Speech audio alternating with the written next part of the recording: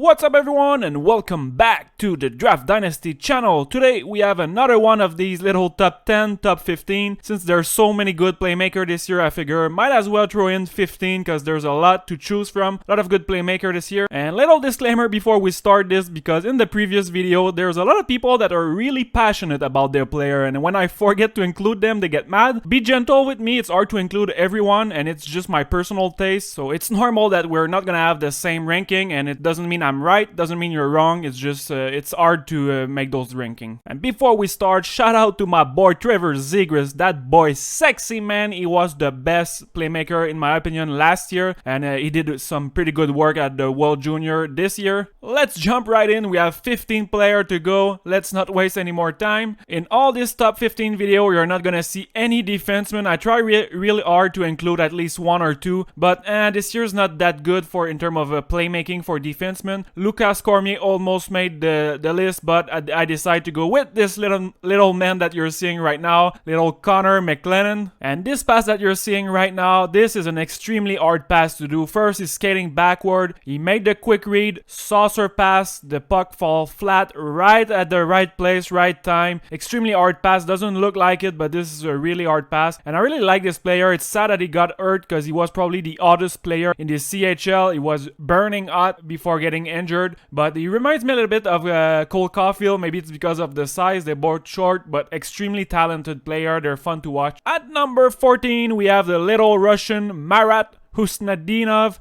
and this is a player I wasn't too sure first when I saw him play, but the more you watch him and the more you realize how good he is defensively. He's not a big guy, but he's extremely strong on his feet, great balance, good skater, and he's very responsible defensively. He's also a very good playmaker. He was playing on a very stacked team in Russia, so he was not getting a ton of power play time, but yes, he's someone with a very good vision, and overall I would say he takes really good care of the puck. He doesn't give away the puck for free. He rarely makes turnover, and usually his passes are pretty accurate and on the money. I think he's a player with a very high hockey IQ, and he was very impressive at the international level. He had a much bigger role than on his team, and he was able to take advantage of that. At number 13, we have from Finland, small forward Roni Hirvonen, and he played all year long in the Liga against pros, so it was a little bit hard for him to adjust. I think at the beginning he struggled adjusting to the physicality of the play, and also on the power play he was playing on the bumper spot, so it was harder for him to display his playmaking ability. But when he was playing at the international level, he was really feasting. I think he was really dominant, and he was on the power play. He was playing along the board, and he was able to complete a lot more passes down there. So I think he's a guy with a very, very good vision. Another one of those smart player, but he's not the fastest. I'm not a big fan of his skating. Like I said in my scouting report on him, you can watch more if you would like on my channel. At number 12, from the QMJHL, we have Dawson Mercer, and this is a guy at the beginning of the year I was labeling him more as a shooter, but the more I saw him play, and I was really impressed with his passing ability, playmaking ability. I think what he does extremely well is that he has a good motor, and defensively is very active. So a lot of the time it's gonna start with him with his skating and his overall activity. Usually his playmaking starts from there, but he has a good vision, and he's also good at hiding his intention. There's time where you really think he's gonna shoot the puck, and last second he's gonna do a backdoor pass, so he's really good with that. Another thing that he does really well, I think, is his awareness. So he at all time it seems like he knows where everybody is on the ice, and he kind of have his eyes behind his back. You can see on this little play right there. It's a real shame that his teammate was too scared to shoot the puck, but it displayed his 360 vision. At number 11, we have the big Quinton Byfield, and of course he is extremely good offensively. I wouldn't say though that his playmaking it's his best attribute. I think his skating and his shot might be his best asset, but he's still a very good playmaker. As you can see, he managed to have a lot of assists this year while playing with not the best line mates in the world, and he managed to finish the year with 50 assists in only 45 games, so not too bad, not too bad. Byfield with a nice pass right on the tape, and Murray. Goals on the season. I'll let you confirm that. Here's the Wolves on an on-man rush. Byfield, Robinson scores! Oh my goodness, what a goal! Gaining it. Quinton Byfield back at center, nice pass. Breaking in on goal. Byfield gets a return feed, pass in front, they score! It's in front of him. Yeah, gotta help out. Here we go again, 4-on-2 to the net. And it's At number 10, we're now getting inside the top 10. We have Mavrik Bourque, and kind of like Dawson Mercer, this was a guy that I was seeing more as a shooter, a scorer, and this year he really developed into a really solid playmaker. Was extremely impressed with his playmaking ability. What I think is the best, it's really finding the passing lane. Even if there's stick, he's able to sneak the puck in between a few stick, and on the power play was really good. So a lot of high difficult pass that he's able to see that not too many people are able to see the passing lane. Bourque back with a chance in front. They score. Xavier Bourque of the season. Just a great pass right there. Bourque. Shake Bourque.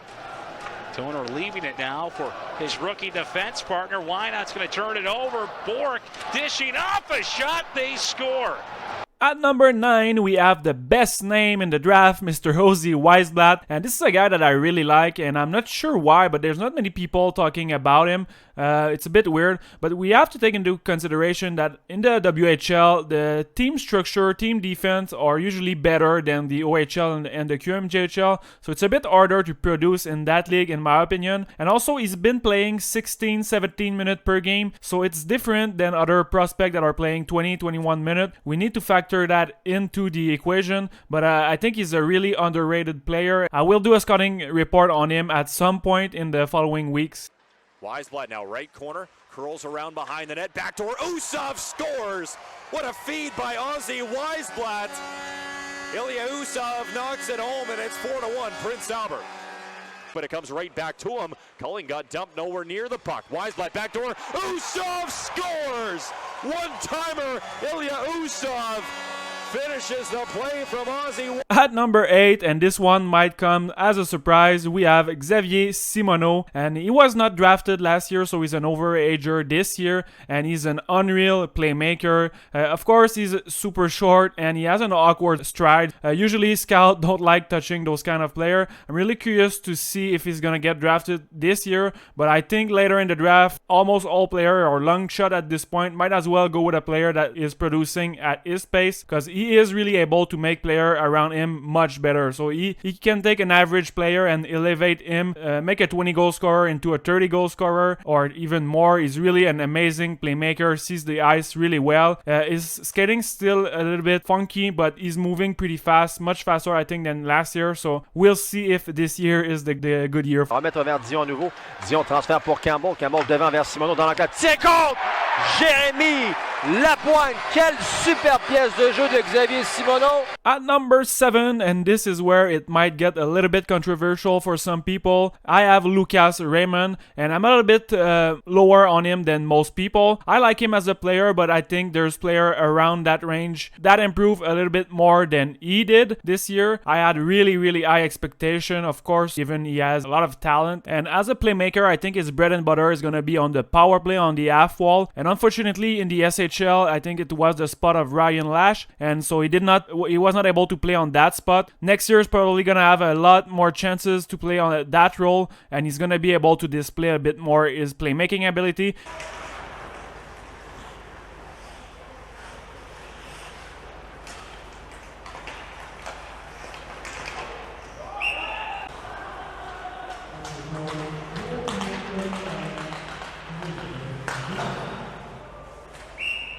At number 6, we have Hendrix Lapierre, and this is another one of those guys. It's going to be really interesting to see where they're going to get drafted, because he started the year in fire at the Hlinka Gretzky. I watched all the game intra-team as well before the Hlinka, so probably 8 game total, and in all those 8 games, him and Perfetti were the clear best player of the team, and Byfield was playing on that team. It's not a big sample, but still, he was extremely good coming in after a summer of training. So he's going to be a player extremely hard to rank, and on a personal level, I think he's someone that's gonna benefit a lot from the lockdown and the virus thing, because he's gonna be able to focus on improving physically, getting stronger, hitting the gym. This is pretty much the only thing he needs to improve, this and his shot. So a longer off-season training might do wonders for him. And also, I think he's such a smart guy. I think he's gonna do extremely well in the interview with teams. So this is gonna make things really interesting. It's possible that he goes higher than people think.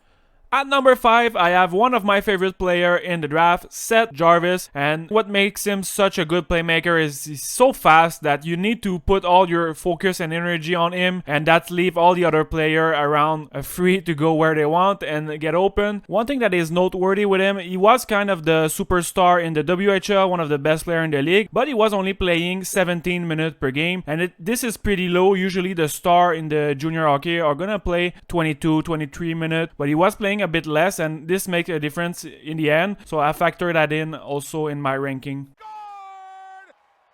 It was bumped away by Spokane, but the Hawks flying back on the wing. Jarvis cutting to center, kicks it right side, back in front, scored! Big time play there for Portland.